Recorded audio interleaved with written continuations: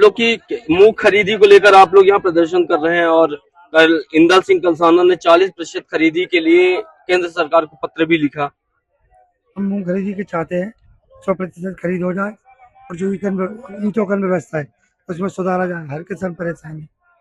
आप लोग की जुताई बुआई का टाइम चल रहा है ना, और आप लोग यहाँ पे हैं तो आपकी खेती पे क्या असर पड़ेगा? पूरा असर पड़ रहा है। अब हम घर में एक किसान है, यहाँ पे रहे या खेत में पानी दे, सरकार को सोचना चाहिए। कई लोगों से मैंने सुना कि जो स्कूल की फीस वगैरह उसके लिए भी दिक्कतें आ रही है आप लोग की। तो सारी चीज में दिक्कत है।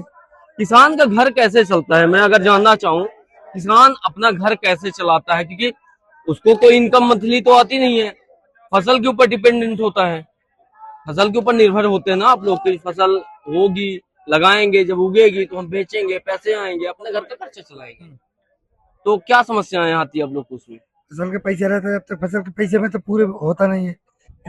इससे पैसे ब्याजू ले रहा है, उससे पैसे ब्याजू ले, ऐसे में चलता है। और क्या हमारे पास कोई साइड बिजनेस थोड़ी है क्या?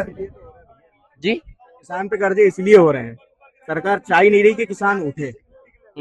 सरकार चाहती किसान उठे तो मूंग की खरीदी 100% करे, भाव अंतर पे फसल ना बिकती। अब भाव अंतर के आप फसल बिकवा रहे हो। अब मैंने क्रांति धान लगाई है, उसका समर्थन मूल्य ने पिछली बार 2285 रुपए था। अब उसको कोई भी प्राइवेट खरीदार उसको 1000 रुपए से ऊपर नहीं लेगा। उसमें हमारा क्या होगा? किसान फांसी लगा के नहीं मरेगा तो क्या होगा? किसान के अच्छे दिन आ ही नहीं पा रहे भैया। ये तो अब कहते हैं जैसे किसान कल्याण दो भाई हैं, एक भाई तो किसान के लिए एक लाइन में ही लगा रहता है, कभी धान खाद के लिए लाइन में लगा है, कभी ई टोकन के लिए खाद में लगा है, कभी बिल बनवाने के लिए खाद में लगा है। अब मेरे बड़े पापा हैं, अब वो यहाँ पे नहीं रहते मेरे साथ, वो बाहर रहते हैं। अब मैं उन्हें बाहर से बुलाऊंगा बिल बनवाने के लिए, अंगूठा नहीं लगेगा जब तक बिल नहीं बनेगा। हाँ, अब हम करें तो करें क्या? आप बताइए। आप बिल्कुल सही बात है। सरकार है ही नहीं है।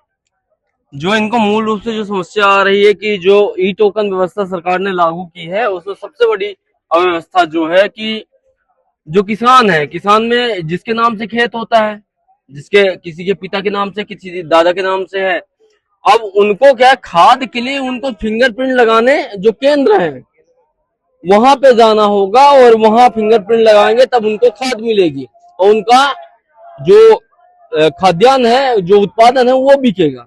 तो समस्या ये आ रही है कि जो 60 साल 70 साल का बुजुर्ग हो गया उसको ले जाना केंद्र तक और वहां से लाना, ये बहुत बड़ी समस्या है।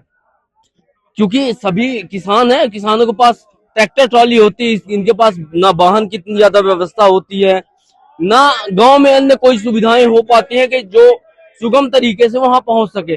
सरकार जब नीतियां बनाती है तो इनसे किसानों से जरूर बात करना चाहिए। आपने बोला कि किसान जो है खाद की लाइन में नहीं लगेगा, हम टोकन व्यवस्था चालू कर देते। अब टोकन व्यवस्था आप लागू कर रहे हैं, लेकिन किसानों से बात करके तो लगाइए। चालू जो प्रणाली आपने अपनाई है, किसानों से बात करिए, किसानों से परामर्श लीजिए कि आप लोग को किसमें सुविधा है। जबरदस्ती आप लोग को थोप देना आता है, जबरदस्ती थोप देने से ये खुश नहीं होंगे कि आप किसान कल्याण वर्ष के नाम पे कुछ भी आप थोप दोगे। कैमरा पर्सन अमित के साथ शुभेंदु द्विवेदी, भोपाल।